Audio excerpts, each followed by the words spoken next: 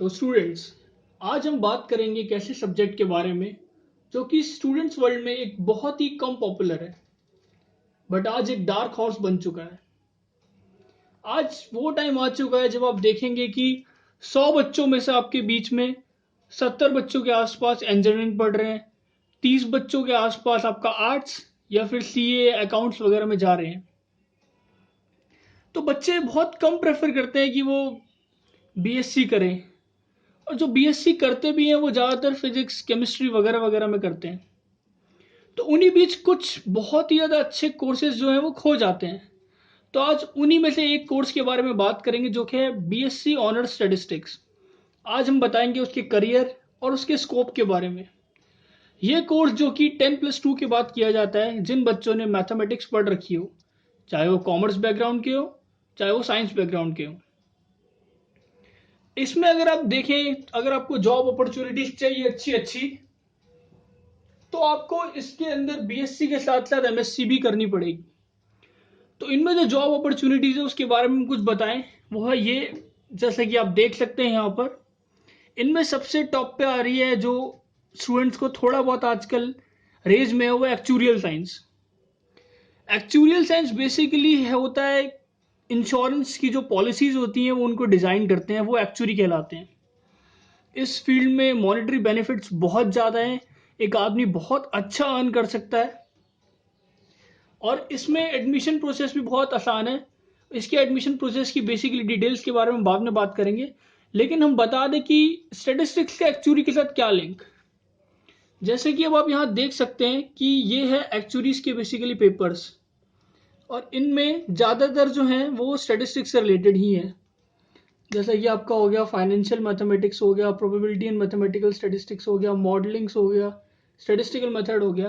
तो बेसिकली जो बच्चा बीएससी स्टैटिस्टिक्स कर रहा है उसको एक्चुरियल साइंस के पेपर क्लियर करने में बहुत ईजी रहेगा। दूसरा आपका आता है एनालिटिक्स।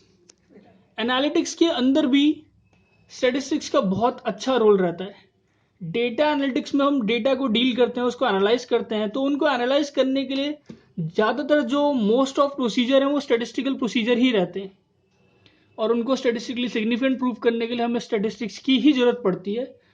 तो कोई भी अगर जॉब्स हैं डेटा एनालिटिक्स की, उसमें आपका बीएससी स्टैटिस्टिक्स अगर आपने कर रखा है, एमएससी स्टैटिस्टिक्स कर रखा है, तो आपको बहुत हेल्प मिलेगा। ये तो बात होगी एनालिटिक्स की। आजकल हाल फिलहाल आपने एक चीज़ सुनी होगी अपने फ्रेंड्स वगैरह से जो कि बीटेक वगैरह कर रहे हैं।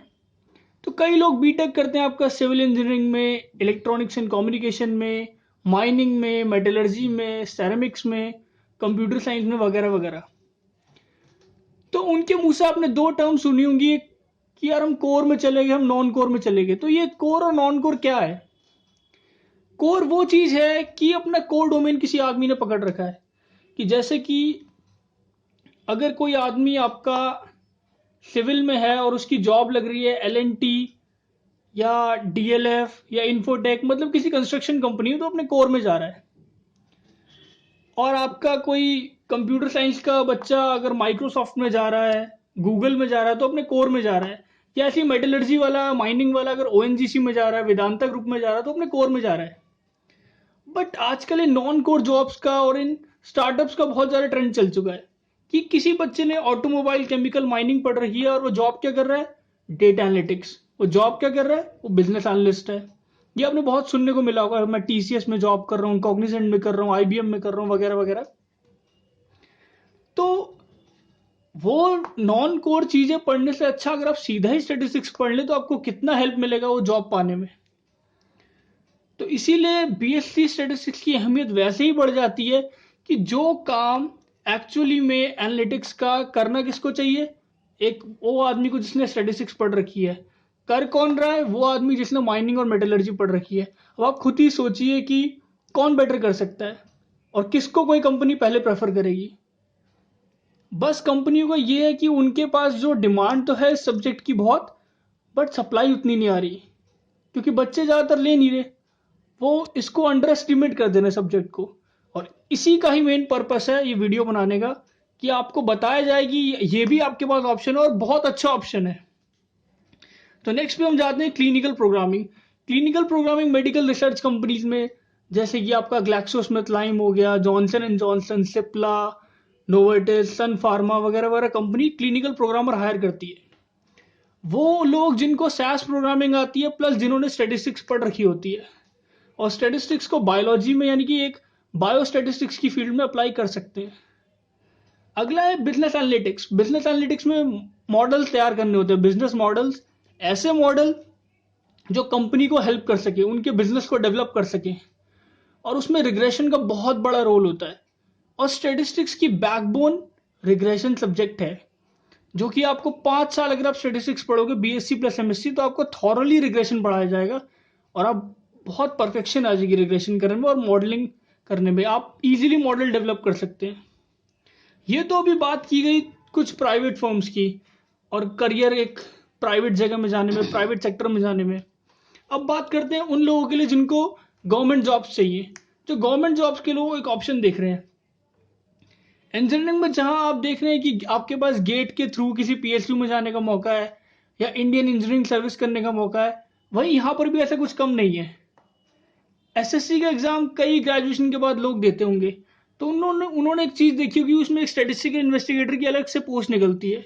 वो सिर्फ उन लोगों के लिए होती है जिन लोगों ने स्टैटिस्टिक्स पढ़ रखी हो बीएससी में, या फिर जिन्होंने मतलब 12th क्लास तक जिनको मैथमेटिक्स का आइडिया हो, बट उसका तीसरा पेपर प्योरली स्टैटिस्टिक्स सिलेबस पर आता है, और उसको क्लियर करने के लिए केवल उन्हीं लोगों को एडवांटेज होगा जिन्होंने बीएससी स्टैटिस्टिक्स की पढ़ाई कर रखी हो। और ये पोस्टें भी कम नहीं निकलती, हर साल 300 के आसपास।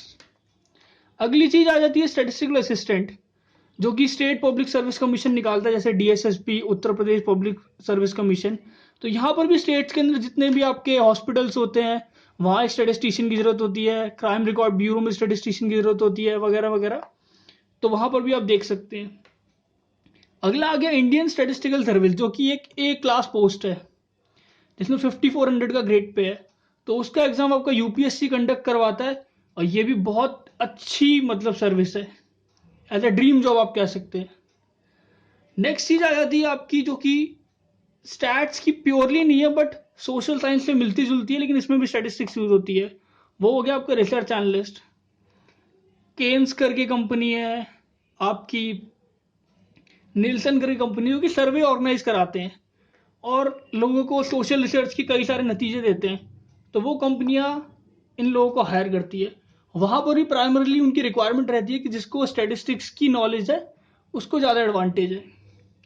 बाकी जो कि कहा जाता है कि sexiest job of 21st century which is data science, data scientist, तो उसको बनने के लिए स्टैटिस्टिक्स बहुत ज़्यादा प्राइमरी है। अभी इसका बोलबाला कंप्यूटर साइंस और कंप्यूटर इंजीनियरिंग के बच्चों में है, जिन्होंने बीटेक कर रखी है वो डेटा साइंस की तरफ जा रहे हैं, जिन्होंने बीटेक कंप्यूटर साइंस कर रखी है, बट उनको भी आगे चल के स्टैटिस्टिक्स पढ़नी जरूरी हो रही है। अगर जो आदमी स्टैटिस्टिक्स पढ़ रखी है और उसको प्रोग्रामिंग की नॉलेज है, तो वो डेटा साइंस की फील्ड में बहुत अच्छा कर सकता है, और ऐसा हो रहा है अब धीरे धीरे।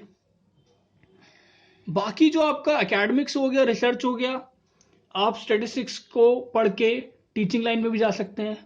आपको एक छोटा एग्जाम्पल दूं, अभी डीयू में खाली 8 कॉलेजेस में स्टैटिस्टिक्स पढ़ाया जा रहा है, और डीयू में कॉलेज है 50। तो आप खुद ही सोच सकते हैं कि आने वाले टाइम में अगर इन 50 कॉलेजों में भी कोर्स स्टार्ट होगा तो वैकेंसीज कितनी निकलेंगी। बाकी रिसर्च के अंदर स्टैटिस्टिक्स में बहुत स्कोप है, आप दूसरी फील्ड में भी रिसर्च कर सकते हैं, क्योंकि रिसर्च का जो मूलभूत चीज़ होती है, जो रिसर्च प्रूव होती है, वो स्टैटिस्टिक्स के थ्रू ही होती है। तो यही हम बेसिकली आपको बताना चाहते हैं कि अगर आप किसी अच्छे कॉलेज से इंजीनियरिंग कर रहे हैं, या आप सीए में बिल्कुल ही ज़्यादा आगे बढ़ चुके हैं, then it's well and good. But अगर आप अभी भी कंफ्यूज है, आपको समझ नहीं आ रहा कि इंजीनियरिंग के अलावा मेरे पास कोई ऑप्शन नहीं है, तो आप इसको कंसीडर कर सकते हैं, ना कि किसी एक हाईवे के किनारे या खेतों में जो कॉलेज बने होते हैं बीटेक के, उनमें जाने से अच्छा। So thanks students for watching this video. Please do share, like and subscribe the channel for more videos. Next week हम बात करेंगे किसी और सब्जेक्ट के बारे में. Till then, bye.